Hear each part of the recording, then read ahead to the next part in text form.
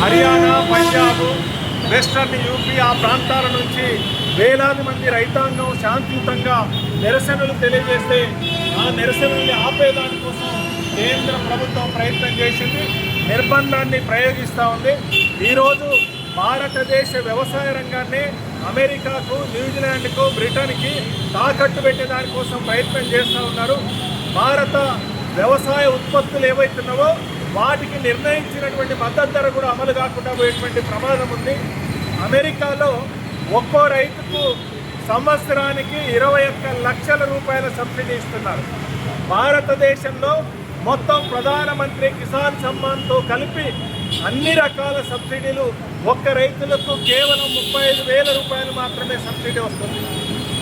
అంటే అమెరికాలో ఉండేటువంటి రైతు, భారతదేశంలో ఉండేటువంటి రైతు, ఆ ప్రభుత్వాలు ఇస్తున్నటువంటి సబ్సిడీలు కనుక చూసినప్పుడు ఒక తీవ్రమైనటువంటి వ్యత్యాసం ఉంది. అదే రకంగా అక్కడ ఉత్పత్తి చేసినటువంటి అక్కడ రైతులేమో పెద్ద పెద్ద కమతాలు ఉన్నాయి.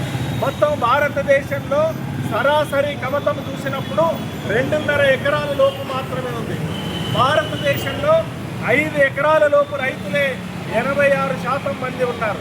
ఇట్లాంటి పరిస్థితులలో చిన్న సన్నకారు రైతుల యొక్క జీవితాలన్నింటినీ పణంగా పెట్టేదానికోసం ఈరోజు కేంద్ర ప్రభుత్వం ప్రయత్నం చేస్తూ ఉంది.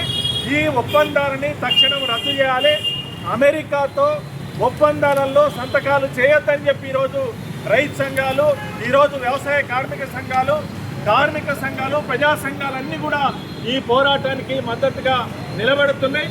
అందుకనే ఇప్పటికైనా కేంద్ర ప్రభుత్వం, ఈ దేశంలో రైతుల ఆత్మహత్యల పరంపర కొనసాగుతుంది. రైతులు అప్పుల బారిన పడిపోతున్నారు.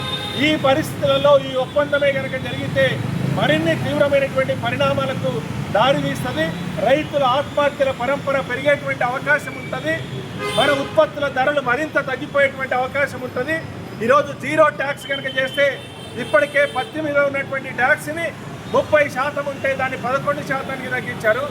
మళ్ళీ దాన్ని 0% చేశారు. జూన్ 1వ తేదీ నుంచి అక్టోబర్ 30 వరకు ఇక ట్యాక్స్ లేదని చెప్పి నిర్ణయం చేశారు. నూనెల మీద ఉన్నటువంటి దిగుమతి సుంకాన్ని రద్దు చేశారు. దీనివల్ల పత్తి పండించేటువంటి రైతులు, మొక్కజొన్నలు పండించేటువంటి రైతులు, నూనె గింజలు పండించేటువంటి రైతులు కూడా తీవ్రమైనటువంటి నష్టానికి గురవుతారు. అందుకనే ఈ ఒప్పందాన్ని రద్దు చేయాలని చెప్పి ఈరోజు శాంతియుతంగా నిరసన తెలియజేస్తున్నాం.